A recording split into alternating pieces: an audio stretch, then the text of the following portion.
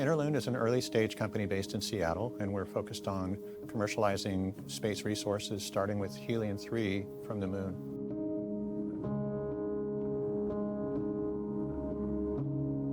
What are some of the biggest trends right now that you are seeing in the space sector as what's being discussed here at the Space Summit? I think Artemis is one of the big NASA program of record to go back to the moon and onto Mars. Artemis will result in investments that will rebuild the entire industrial base around going to the moon. This is something that we had during Apollo, and we let go. We had a heavy lift launch vehicle, we had a lunar rover, we had a lunar lander.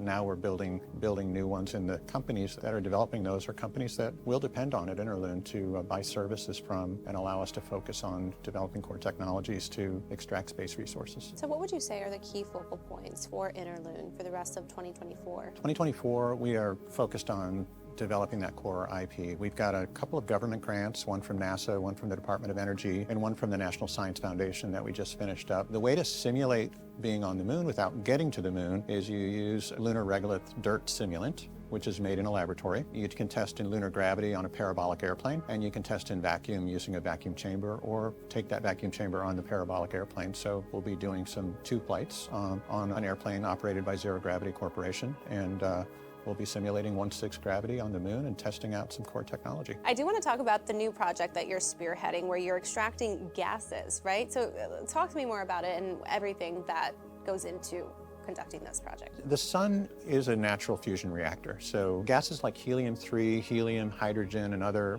gases are created in the sun, and they're transported through space via the solar wind.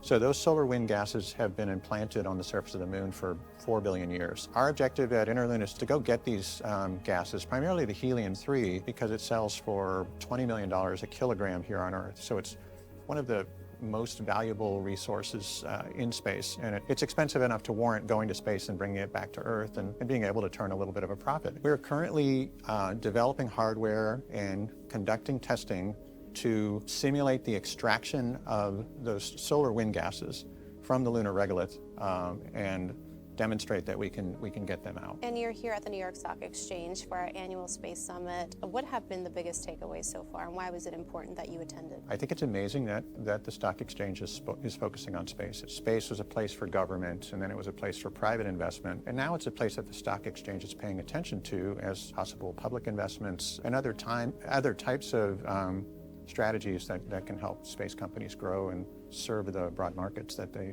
serve. Thank you so much, Rob, for joining me on Taking Stock. Thank you, Trinity.